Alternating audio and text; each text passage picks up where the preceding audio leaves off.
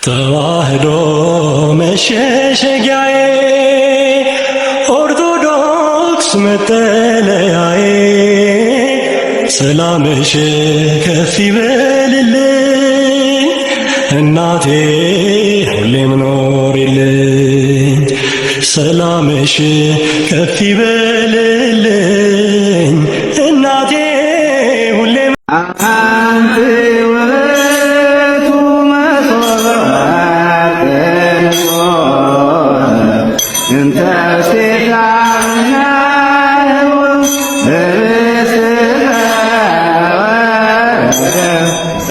ሰላም ጤና ይስጥልኝ። እንደምንሰናበታችሁ ሰላም እግዚአብሔር ከሁላችንም ጋር ይሁን። ስለ ቅዳሴ የምናደርገው ውይይታችን ክፍል ነው።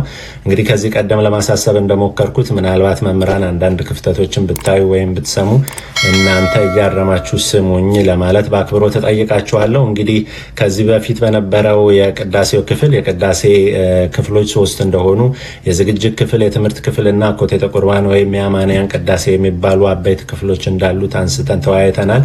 ባለፈው ያልገለጽኩት እንግዲህ ቤተልሔም ብለን ከሰየምነው በምስራቅ ካለው የቤተ ክርስቲያናችን ቅጽር ውስጥ ከሚገኘው ቤት ወደ ቤተ መቅደስ ያዘጋጁትን ካህናት ያዘጋጁትን ህብስቱንና ወይኑን አክብረው ይዘው በሚመጡበት ጊዜ ትልቁ የቤተ ክርስቲያን ደወል እንደሚደወል ታውቃላችሁ። በቅዳሴው መግቢያው ጊዜ ማለት ነው።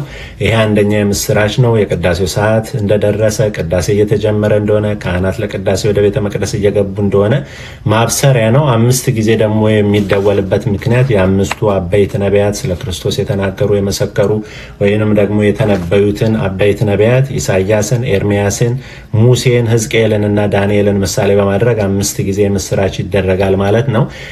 በዛም ታጅበው ወደ ቤተ መቅደስ ይገባሉ። እንግዲህ በዚህ የዝግጅት ክፍል ውስጥ በለሆሳስ አባቶቻችን በቤተ መቅደስ ውስጥ ሆነው የሚጸልዩት እና የማያከናውኑት ብዙ ጸሎት ክፍል እንዳለ ገልጫለሁ። ባለፈው ያቆምነውም እንግዲህ ወደ መጋረጃ ከመግባቱ በፊት ወይም ወደ መንጠውላት ከመግባት አስቀድሞ የሚጸለይ የጎርጎርዮስ ጸሎት ይህ ነው የሚለው ላይ ነበር ያቆምነው። ስለዚህ ያንን ክፍል አነባለሁ። ከዛም ወደፊት እንቀጥላለን።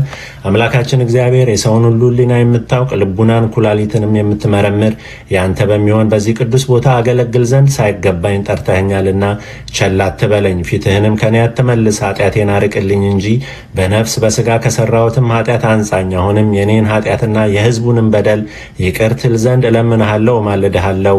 ወደ ፈተናም አታግባኝ፣ አቤቱ አትጣለኝ። ተስፋዬን ነስተህ አታሳፍረኝ። የመንፈስ ቅዱስን ሀብት አሳድርብኝ እንጂ በቤተ መቅደስህም እቆም ዘንድ ኃጢአቴንና በደሌን ለማስተስረይ በቅን ልቡና ንጹሕ መስዋዕትን አቀርብልህ ዘንድ የበቃሁ አድርገኝ። የሕዝብህንም ኃጢአት አታስብባቸው። ለሞቱት አባቶቻችን ለወንድሞቻችንና ለእህቶቻችንን ረፍት ስጥ።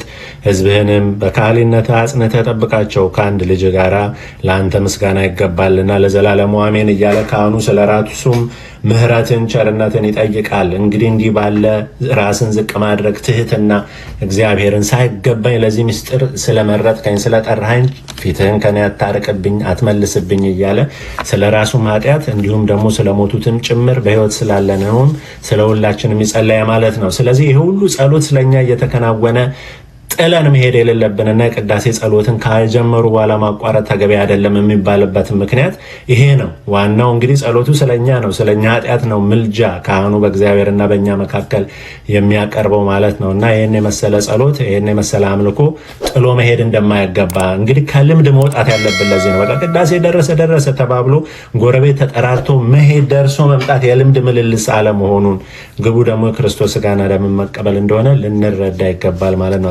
of the day ለዛም ምስጢር ተካፋዮች መሆን ይገባናል ማለት ነው።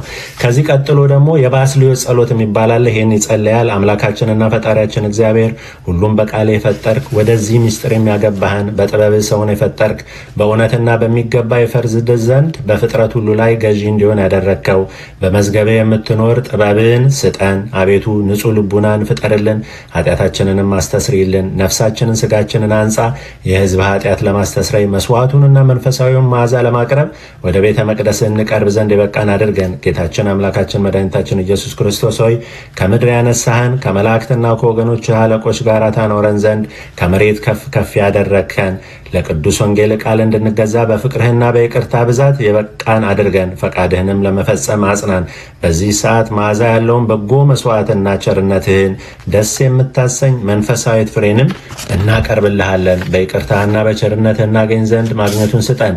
ይህንንም መስዋዕት ያለ ነውር ተቀበል። በእኛ ላይ በዚህም በቁርባናችን ላይ መንፈስ ቅዱስን አሳድር። ለምስጋና ይሆን ዘንድ ወልድ ዋህድ ጌታችን አምላካችን ኢየሱስ ክርስቶስ ሆይ ምስጋና ለአንተ ይሁን ለዘላለሙ አሜን ብሎ እንግዲህ ከዚህ በኋላ ወደ ውስጥ ገብቶ 3 ጊዜ በታቦቱ ፊት ይስገድ፣ ዮሐንስንም ጸሎት ይጸልይ ይላል። እንግዲህ ሌሎችም ጸሎቶች አሉ በለሆሳስ የሚከናወኑ ያላነበብኩላችሁ። እነዛን ሁሉ ጸሎቶች ካህኑ በእግዚአብሔር ፊት ያደርሳል ማለት ነው።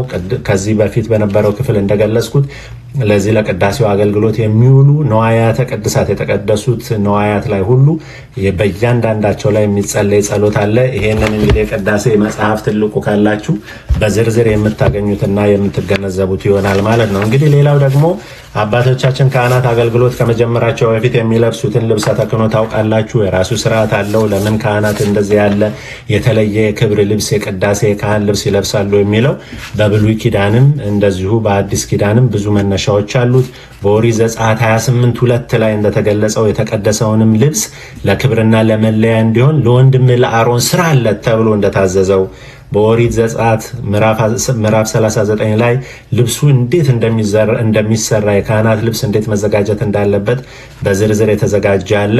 እንዲሁም ደግሞ ካህናት በአገልግሎት ጊዜ የተለየ ልብስ እንዲለብሱ የታዘዙበት በኦሪት ዘሌዋውያን ምዕራፍ 16:4 ላይ አሮን የተቀደሰውንም የተልባ እግር ቀሚስ ይልበስ እየተባለ እንደተነገረው እንግዲህ ክህነት ከፍተኛ ክብር እንደዚሁም ደግሞ ለከፍተኛ አገልግሎት የተጠሩ ስለሆኑ ዲያቆናትም ካህናትም የተለየ ልብስ የክህነት ልብስ የአገልግሎት ልብስ ለብሰው አገልግሎቱን ይፈጽማሉ ማለት ነው። በሐዲስ ኪዳንም በራእይ 4:4 ላይ 24ቱ አለቆች በዙፋኑ ዙሪያ ነጭ ልብስ ለብሰው እንደነበረ የወርቅ አክሊልም ደፍተው እንደነበረ ተገልጿል እና ቅዳሴ የሰማያዊ አምልኮ እንደዚሁ ምሳሌ ነው ብለን እንደመቀበላችን አባቶቻችን ካህናት ይሄንን ልብሰ ተክህኖ ለብሰው ይቀድሳሉ ማለት ነው። እና የሚቀድሰውም ካህን ይላል እዚህ ስርዓቱ ላይ በመፍራት ይቁም። ተመልከቱ፣ እንዲሁ ዝም ብሎ በድፍረት ማንም በእግዚአብሔር ፊት መቆም እንደማይገባ የሚገልጽ ነው። ከሁሉም አስቀድሞ አንድ ጊዜ በታቦቱ ፊት ይስገድ፣ አንድ ጊዜ ለቀሳውስት፣ አንድ ጊዜም ለዲያቆናት፣ ልብሱንም በእጁ ያዝ፣ ፊቱንም ወደ ምስራቅ መልሶ 3 ጊዜ ሰግዶ አቡነ ዘበሰማያት ይበል ይላል። ዳግመኛም ወደ ሕዝቡ ይመለስ። ልብሱንም ፈጽሞ ከመልበሱ በፊት የሚያገለግለው ዲያቆን ምናልባት እንዳለ ይመልከት።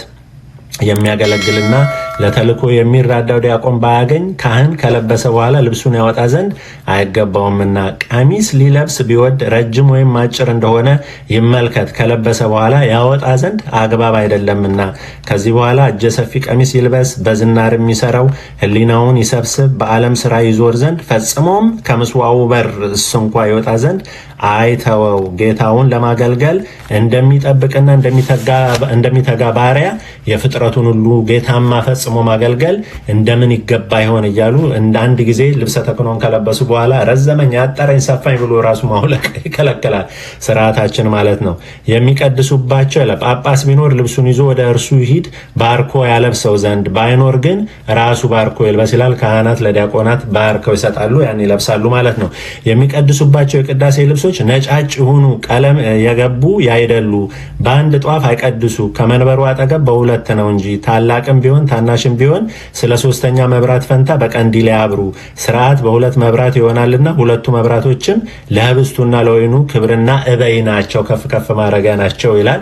እንግዲህ እያንዳንዱ ስለ መብራቱ ስለ ካህናት አለባበስ ከለበሱ በኋላ ማውለቅ እንደማይቻል እንደዚህ ተደርጎ ስርዓተ ቅዳሴያችን ላይ ተደንግጓል ማለት ነው። በዚህ አይነት ስርዓትና ጥንቃቄ የቅዳሴው ስርዓት ይጀመራል ማለት ነው። አሁንም ያለነው በዝግጅት ክፍሉ ነው። ይመጣን ግርም ትዛቲ ዕለት ወጽር ትዛቲ ሰዓት ወይም ይች ቀን ምን ያህል የምታስፈራ ናት ከሚለው ጀምሮ እንቀጥላለን። ነገር ግን በዚህ በዝግጅት ክፍል ውስጥ ካሉ ጸሎቶች መካከል አንድ ተግሳጽና መመሪያም አለ። እንግዲህ ክቡር ምስጢርን ለመቀበል የተሰበሰቡ ምዕመናን ሁል ጊዜ የእግዚአብሔርን ነገር ለመስማት ከቤተ ክርስቲያን ውስጥ በጸጥታ ይቁሙ። የሚናገርም የሚስቅም አይኖር፣ ቤተ ክርስቲያን የነገር ቦታ አይደለችምና የጸሎት ቦታ ናት እንጂ በቅዳሴ ጊዜ የሚስቅ ካህን ቢሆን ቅጣቱ አንድ ሱባኤ ይሁን፣ ህዝባዊ ቢሆን ግን ያን ጊዜ ይውጣ፣ ከስጋው ከደሙ የማይቀበል ቅዱስ ስጋውንና ክቡር ደሙን ለሰጠን ለእግዚአብሔር ምስጋና ይግባው ለዘላለሙ ይላል። እንግዲህ ከዚህ በፊትም በሰራዋቸው ቪዲዮዎች ላይ እንደገለጽኩት በቅዳሴ ጊዜ በፍጹም ተመስጦ ማለት ነው እግዚአብሔርን ብቻ በማሰብ ክብሩን ለመውረስ በፍጹም ልባችን አስተውለን በማስተዋል እግዚአብሔርን በመፍራት ልንቆም የጸሎቱ ተሳታፊዎች ልንሆን ይገባል ማለት ነው። ከጀመርን በኋላ አቋርጦ መሄድ እንደዚሁም ደግሞ በቅዳሴ ጊዜ ከቦታ ቦታ መንቀሳቀስ ሁሉ አይቻልም ማለት ነው። በፍጹም ጸጥታና አክብሮት መሆን ይገባዋል ማለት ነው። የሚያወራ የሚስቅ አይኖር ይላል እንግዲህ ስርዓተ ቤተክርስቲያን። ስለዚህ በዛ መልክ ነው መሆን ያለበት። አሁን እንደምታዩት እንግዲህ የመጣብን ወረርሽኝ በጣም ብዙ ሰው ስልኩን ሁሉ ይዞ ይገባል፣ ስልኩን ይነካካል፣ ሜሴጅ ቴክስት ይደራረጋል። አንዳንድ ነገርም ኧረ አንዳንድ ደፋ ሶሻል ሚዲያ የሚያይም አይጠፋም እንደው አላየንም እንጂ እየተጠጋን። ስለዚህ ይሄንን አናድርግ ለማለት ነው። እንግዲህ ምዕራፍ 3 ይላል እዚህ ትልቁ የቅዳሴያችን መጽሐፍ ላይ እና ሚመጠን ግርንት ዛቲ ዕለት ወጽርት ዛቲ ሰዓት እያሉ አባቶቻችን እንግዲህ ደውሉ እየተደወለ ባለፈው ክፍል እንደነገርኳችሁ ወደ ቤተክርስቲያን ከቤተልሔም ህብስቱንና ወይኑን አክብረው ይዘው ይመጣሉ ማለት ነው። እንግዲህ በግዕዝ የምትሰሙትን በአማርኛ ነብላችኋለሁ። ይህች ቀን ምን ያህል የምታስፈራ ናት! ይህች ሰዓት ምን ያህል የምታስጨንቅ ናት! መንፈስ ቅዱስ ከሰማየ ሰማያት የሚወርድባት ይህን መስዋዕቱን የሚሰውርባትና የሚያከብርባት። በጽሙናና በመፍራት ቁሙ፣ የእግዚአብሔር ሰላም ከኔና ከናንተ ጋር ይሆን ዘንድ ጸልዩ። ስለዚህ በጽሙናና በመፍራት እና ይህች ቀን ምን ያህል የምታስፈራ ምን ያህልስ ይህች ሰዓት ምን ያህል የምታስጨንቅ ናት! እንግዲህ ይሄ በጣም የተለየች ናት። ከተራው ሰዓቶች ሁሉ የተለየች የከበረች ገናና ሰዓት ናት። ምክንያቱም የክርስቶስ ስጋና ደም ተፈትቶ ለሕዝቡ የሚታደልባት ጊዜ ስለሆነች የተለየች ናት። ከተራው ዝም ብሎ ከከንቱ አልባሌ ነገር ከሚደረግበት ከተራው የዓለም ሰዓት የተለየች ናት። በቃ የተለየች የተመረጠች ዕለት ናት እያሉ ጸሎቱን ያደርሳሉ ማለት ነው። የእግዚአብሔር ሰላም፣ የእግዚአብሔር ፍቅር፣ የእግዚአብሔር ረድኤት ከኛ ጋር እንዲሆን ደግሞ በመፍራትና በጽሙና ቆመን እግዚአብሔርን እንድንለምነው ልንጸልይ ታዘናል ማለት ነው። በዚህ መንፈስ ሆነን ነው እንግዲህ ጸሎቱን መሳተፍ ያለብን ማለት ነው።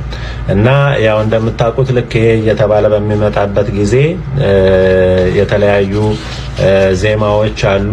እንግዲህ የዘወትር ወይንም ደግሞ ዘዘወትር የምንለው ከሰኞ እስከ ዓርብ ባለው ጊዜ እምነ ባሃ የሚለው አለ። እምነ ባሃ ቅድስት ቤተ ክርስቲያን ስርጉት አረፋቲሃ ወስዕልት በእንቆ ጳዝዮን እምነ ባሃ ቅድስት ቤተ ክርስቲያን። እንግዲህ ስንመልሰው ወደ አማርኛ እናታችን ቅድስት ቤተ ክርስቲያን ሰላም እንልሻለን፣ ግድግዳዎቿ የተሸለሙና በጳዝዮን እንቁ ያጌጠች ናት። እናታችን ቅድስት ቤተ ክርስቲያን ሰላም እንልሻለን ማለታችን ነው። እንግዲህ ለማጥናት በምትሞክሩበት ጊዜ እየደጋገማችሁ ነው የሚጠናው። እስቲ አሁን እንግዲህ ዘዴ እዚሁ ላይ እያሳየኋችሁ ሄዳለሁ። ለምሳሌ እምነ ባሃ እምነ ባሃ እምነ ባሃ ይችን እስክትችሏት ድረስ መደጋገም።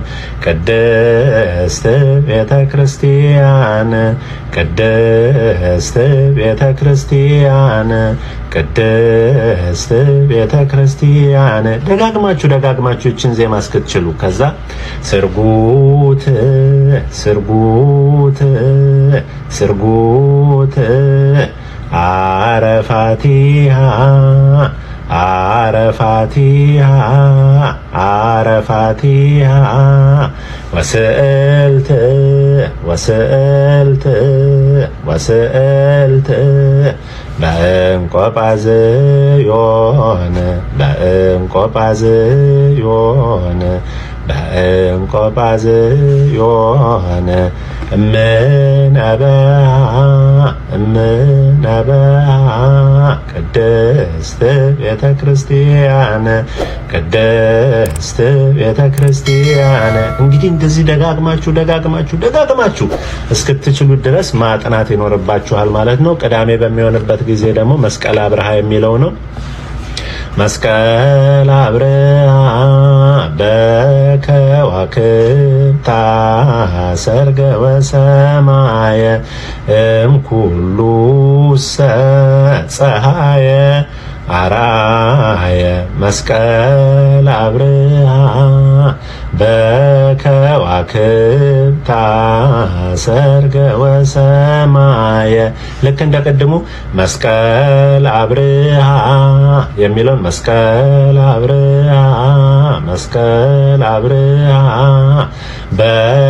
በከዋክብት በከዋክብት በከዋክብት ሰርገ ወሰማየ ሰርገ ወሰማየ እምኩሉ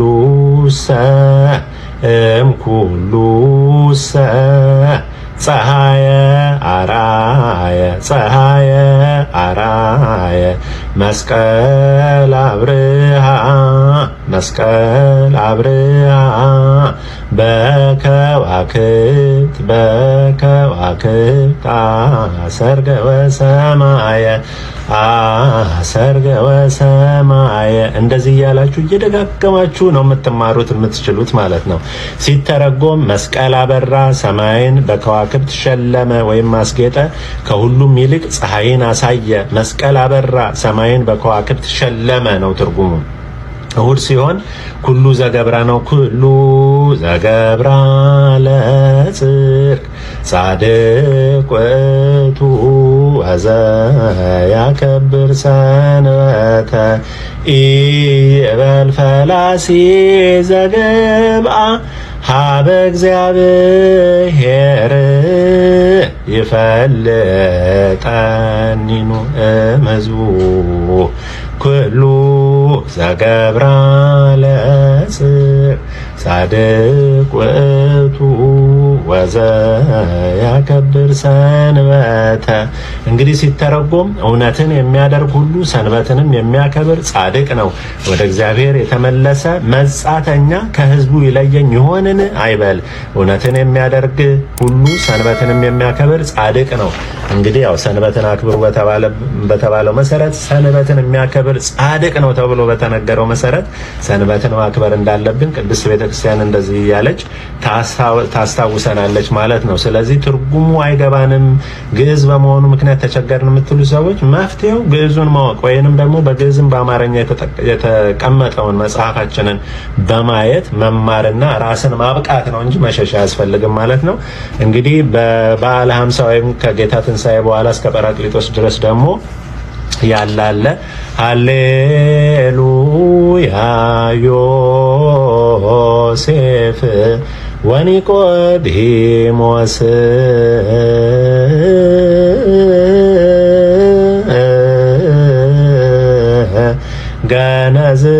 ገነዝዎ ለኢየ ተዋህዶ መሸሸጊያዬ ኦርቶዶክስ መጠለያዬ ሰላምሽ ከፍ ይበልልኝ እናቴ ሁሌም ኖሪልኝ ሰላምሽ ከፍ ይበልልኝ